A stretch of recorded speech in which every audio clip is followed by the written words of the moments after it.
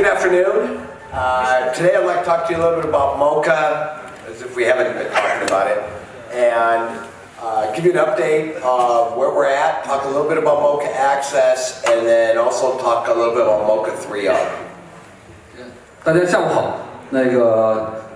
Rob 先生呢，这面给介绍了一些MoCA的标准的一些进展，尤其是在MoCA用在家庭网和MoCA接入网的一些最新的一些技术和进展。So I think, as you know, we've been around for several years. We were founded in 2004. We are still the fastest, most reliable in-home backbone. We support Wi-Fi. We make Wi-Fi better.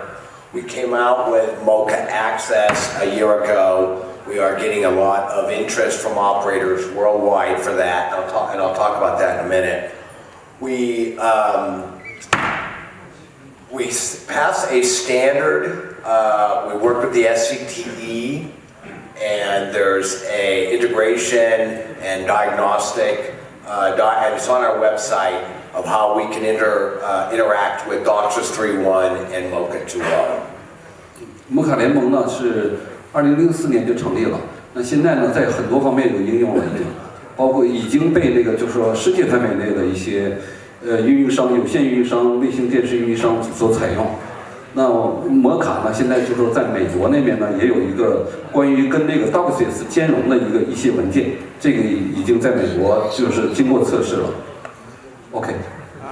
We're also a member of the Broadband Forum, and we're promoting alternate coaxial access technologies within the forum. We have a meeting next week. We have 225 certified products, and that's growing all the time. And just recently, we were awarded a Connected Efficiency Award by the Super Efficient Equipment and an Appliance Deployment Initiative. And the idea is continuously lower energy usage within the network. MoCA呢现在跟很多组织呢有合作关系，包括呢我们现在的宽带网络论坛，这个是一个世界性的一个论坛组织。那现在呢MoCA是它的一个成员。另外呢就是说MoCA呢现在就是也获得了一些就是说奖项，包括这个 SEAD 这个组织。这个组织呢是为了提高设备的效率和节能有关的一些这个项目。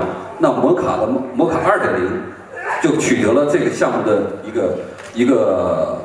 个奖项，因为MoCA我们都知道它有节能功能，就是说它有两种工作模式，一个是 working， 一个 standby， 就是说它这个如果没有业务在里头传输跑的情况下，它就会自动切到 standby 的这种状态，就会节能。OK。A quick overview: MoCA2.0 available now, 1 gig actual data rates. MoCA2.5 also available now, up to 2.5 gig data rates. The whole idea is to lower the total cost of ownership by making the network work all the time, so you don't have to send out technicians, and there's no house visits, which become very expensive. We've been deployed worldwide, and we're going to announce 3.0 formally in June, and I'll talk a little bit about that in a minute. 那我们给大家介绍一下，就是MoCA技术的一些发展。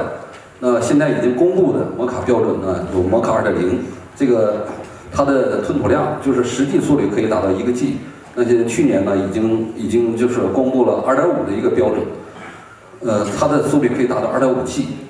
另外就是说呢，它是可以为运营商呢，就说节省。就是说网络建设投资和运维的一个成本，这是MoCA的一个在美国他们比较喜欢采用的一个原因。另外呢，就是我们现在 OK。This is our timeline of the technology evolution. As you can see, we started years ago, over 10 years ago, 13 years ago, with 100 meg, which was state of the art at the time, and now we're moving over to 10 gig. Which we'll have available this year. 我们看这张图就可以看出来这个MoCA的技术的一个发展的一个历程。我们从MoCA 1.0到进展到MoCA 2.5，这个是一个前面这些都是一个家庭网的标准。那我们在这个2017年的时候就发布了摩卡接入网的标准，就是摩卡2.5，它接入网的速率可以达到2.5G。我们知道在中国应用的时候叫 C-Link， 就是麦林提供的芯片，各个厂家开发的设备。那以后呢，就说摩卡的是有了接入网的标准，叫摩卡 Access， 以后我们会统一到这个体系下。另外，我们看到这个2018年，今年要做出摩卡3.0的一个标准并发布出来。Also notice that every time we introduce a new version of the spec, 1.0 and 2.0, and then of course with Wi-Fi mesh, we do conduct field tests.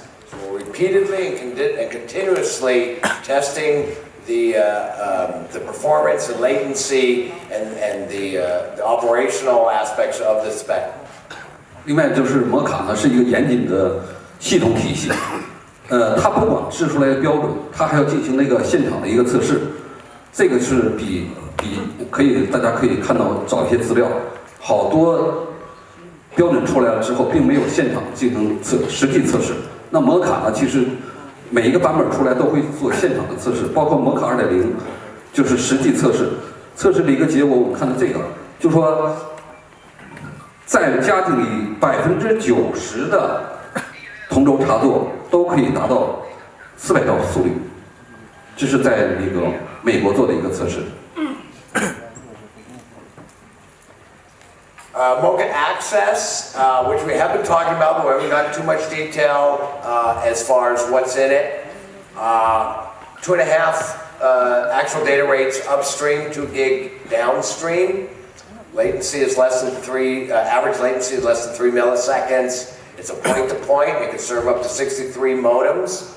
It uses the existing coaxial cabling. It works with DOCSIS, TV, any cellular technologies, 4G, 5G. The operating frequency has been extended. We have traffic shaping. We have QoS features. We have strong security. So we built a spec that's really important and useful right now for an access environment. 那我们去年公布这个摩卡2.5接入网的标准呢，它是这个下行速率可以达到2.5G 的，那上行速率呢可以达到2G。另外，它的时延特性更好一些，达到3毫秒以内。另外就是说它支持点到多点的一个网络结构。另外就是它最主要的一点，我们知道就是它利用了已经存在的，就是我们每个家里都接入的这个同轴，就是同轴系统。所以说你那个在建设的时候，在那个upgrade 就是升级的时候，首先这块投资已经省掉了。OK， 另外它还在这个跟那个比如卫星的电视啊，还有 DOCSIS 这些体系都可以那个共存。OK。We have 2 real simple use cases. One is with the existing TV, comes in over the OLT, and how it reaches into the house. I want to describe that a little bit.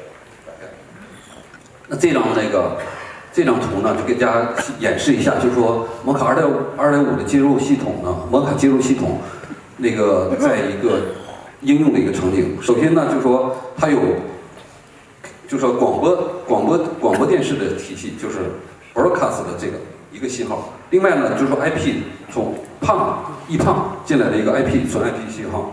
那之后呢，在你们家里的地下室或者是在墙外，进行混合，完了之后传到家里，就相当于把这个原有的就是广播电视信号和 IP 的信号都传到家里融合在一起。那我们看到呢，这个 ONU 这是一个 IP 信号的一个终端。那我们呢，摩卡 Access 在这里是它的摩卡的一个头端，跟它放在一起，或者现在后面要做集成的，就是说一个设备把 ONU 和 Access 头端集成在一起。那之后呢，就是说在家里呢，这是 MGU 的应用场景，就是在每个家里放一个摩卡的一个终端，那它就可以提供呢 IP 信号和广播电视信号。OK。And then another one over an all IP network. 这个就是纯 IP 的，纯 IP 的一个应用。就是说，因为现在就是说 IP 是一个发展方向，肯定就是说，电信现在全是 IP 的，没有这个广电这个就是广播电视这个信号系统。那它有一种应用就是全 IP 的应用，就是在这个 MDO 的应用场景下的一个接入的一个应用。这个呢，就相对来说比我们广电就是有那个广播电视信号稍微简单一些，就没有射频的信号进来了，全是这个IP 信号。OK。To go back to this.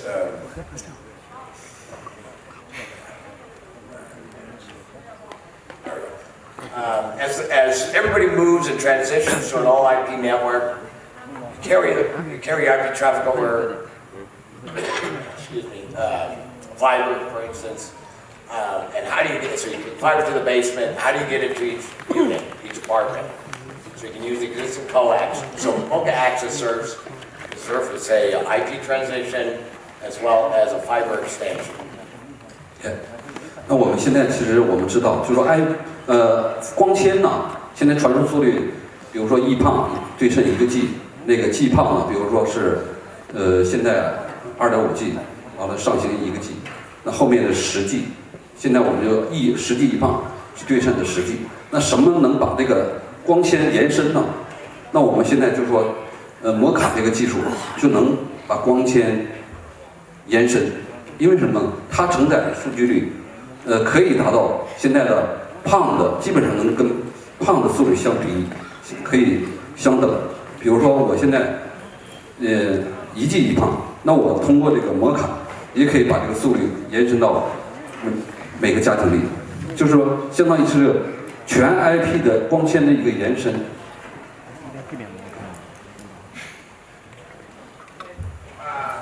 What we want to do is show the comparison, for instance, first with twisted pair technologies, which are often used, particularly in Europe, as a fiber extension or an access. What we want to show is the different performance grades on the feature sets. We have a white paper, by the way, it's on the website, it's available to everybody, that can compare some of the various features, the performance, latencies. Obviously, coax is going to be a better medium than twisted pair, and MoCA certainly over a DSL.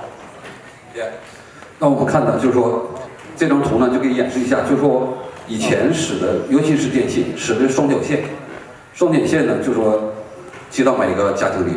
那我们看一下，就是现在各种的使用双绞线的技术呢，它的性能，包括 VDSL、G-Fast， 这 G-Fast 也是最近2年推出来的。另外就是我们现在看到也有G.2群这个技术，我们看到呢，现在的真正实际上能跑出来的速率呢，现在就说G-Fast 呢能跑到1.8个 G， 那个G.2群呢能跑到1.2个 G。另外就是说它这个，但是它好多的功能也是受限的，比如说我们现在看业务特别强调 QS 这个功能，就是能不能支撑 QS。那我们看呢，这些跑在这个双绞线上的，基本上不能支持这个 QS 这个功能，都没有这个功能。那现在呢，G.2群呢，它是有这个功能。另外就是它还有好多的，比如说现在就是说那个我们现在接入网一般都是点到多点的一个网络结构，对吧？我们看呢，现在它的支持能力。现在都不能，基本上是点到点的，都是点到点。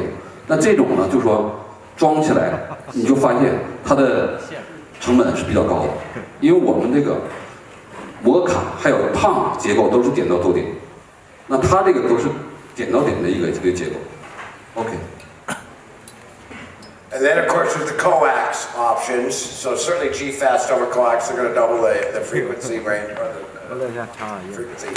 GHN over coax, certainly a DOCSIS, a MoCA, and I think what's impressive parts is the performance level, and then the upstream data rates as well, because more and more traffic has to be, you have to count downstream and upstream now, especially with live sports streaming, maybe virtual reality, live broadcasting.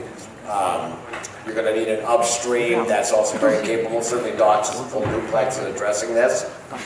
The channel size become larger. There's no vectoring that you would need for a DSL.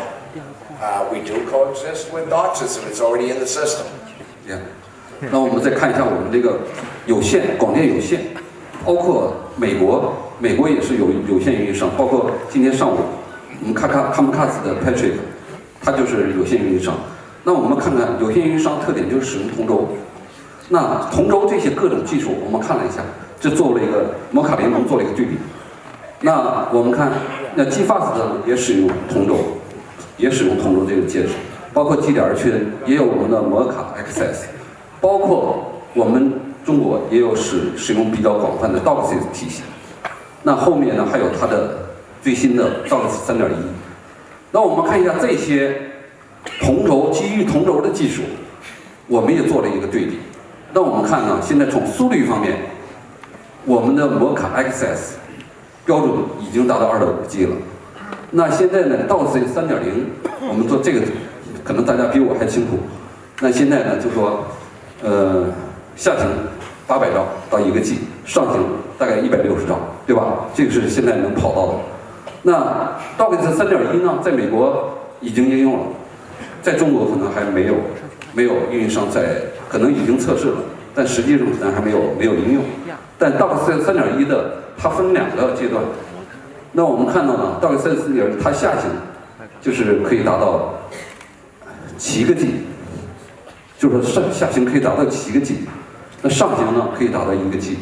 那这个到 3.1 呢，到现在为止还是一个非对称的一个速率，就是说还是下行大，上行比较少这个速率。这是由于它的 FDD 的这种工作机制产生的。因为我们知道它上行是利用了低频段，那下行呢，它的带宽可以很大，就是占用频率带宽很大，所以说这导致这个结构。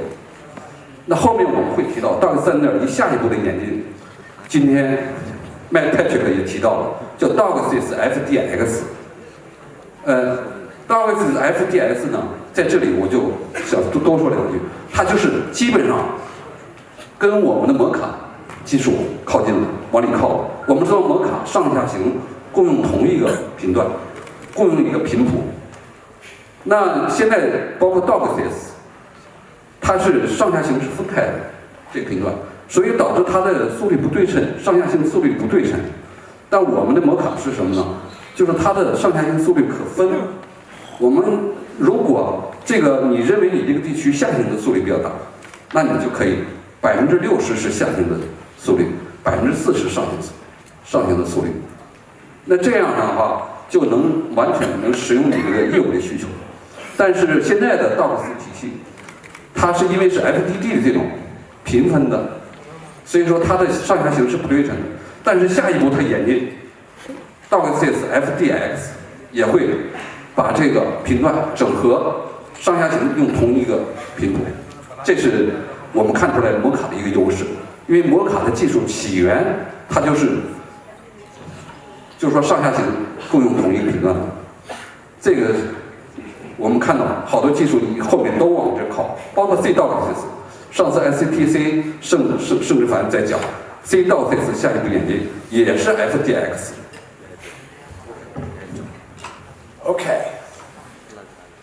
So I want to tell a little bit about our future, MoCA 3.0. And MoCA 3.0 represents the roadmap for both home networking and access. And we want people to know that it's a continued reliability. We're continuously building out our specs. We're continuously improving, continuously adding features. I think with 3.0 though, performance wars are over, whether it's us or DOCSIS and certainly fiber. I mean, we've got performance covered. So now we have to look at reliability, we have to look at overall efficiency, which comes in with architecture, point to multi-point, things like that. One of the things we see as an application that will start to emerge for 3.0 is 5G, and that's both as a backbone and access, on the access side, as well as a backbone in the house. Yeah. 那我们看到就是说，我们现在正在做这个MoCA 3.0的标准，现在就今年的大概6、7月份就把它已经就发布了。那这个标准呢，其实就是说大家可以同向比较一下各种的介入技术，它是一个最先进的了。那它这个就是说，我们看到它就是说它的从速率来讲，它是可以完全延伸光纤的应用。就是光纤你能达到我们现在能达到的，比如说10个 G， 或者是现在的我们最普遍用的就是2.5 G， 就是说 G 胖的2.5 G 下行上行1个 G， 这是我们最普遍应用的。但是我们到3.0的时候，就完全可以就是把光纤延伸这个实现。那另外呢，就是说它有很多应用了，就是包括我们在5G 的那个回传上，还有一些其他的方面的应用。Okay. Again, our claim to fame, we're always using existing coax, so we remain economical. The operating figure has been extremely expanded from 200 to almost 2100. Again, we coexist with all the other technologies, whether it's over-the-air TV, DOCSIS, 5G, 4G, cellular.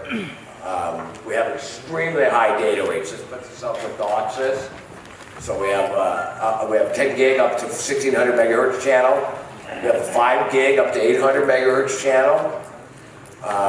You don't need as much at the 2.5 gig. We have a low average latency of 1.4 millisecond, and we're looking to get that below a millisecond for the access version.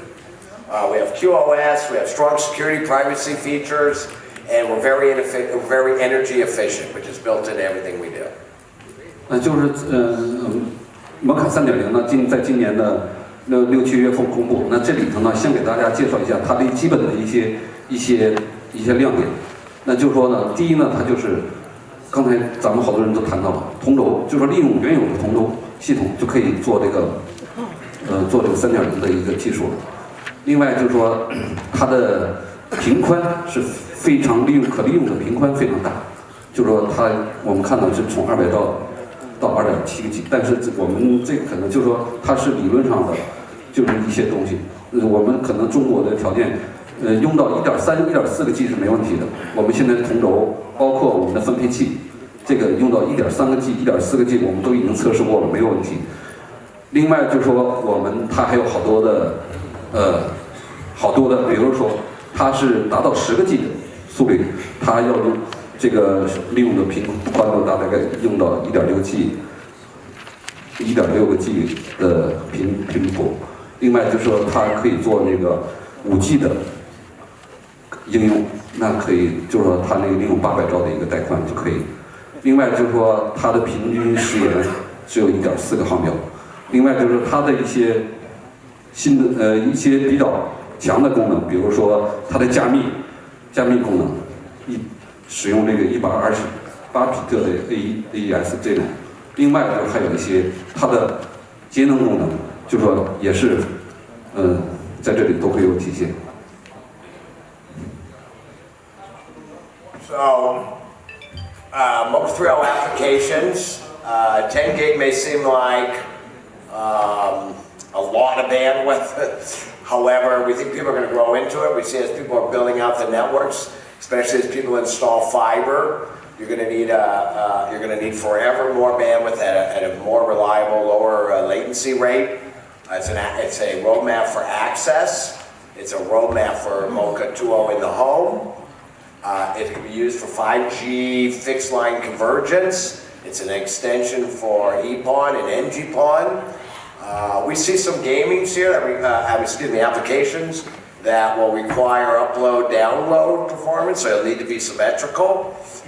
So it'll be gaming, it could be cloud-based, it could be multiplayer. We see a lot of live streaming, especially in sports, and we're seeing a lot of personal live webcasting.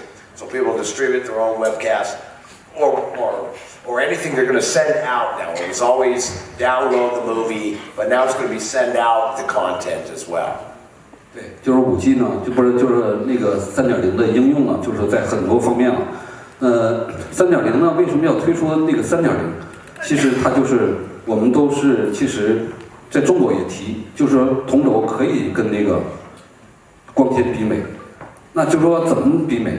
那其实我们那个之前这个有人算过，用香能定理来算，我们是可以达到10个 G 的，就是同轴炮可以是达到10个 G 的。那我们现在的3.0就达到这个标准，就是可以最高达到10个 G。所以这是我们这个摩卡它的 roadmap， 就是说它要是紧跟这个各种技术的一个发展，而且要超前。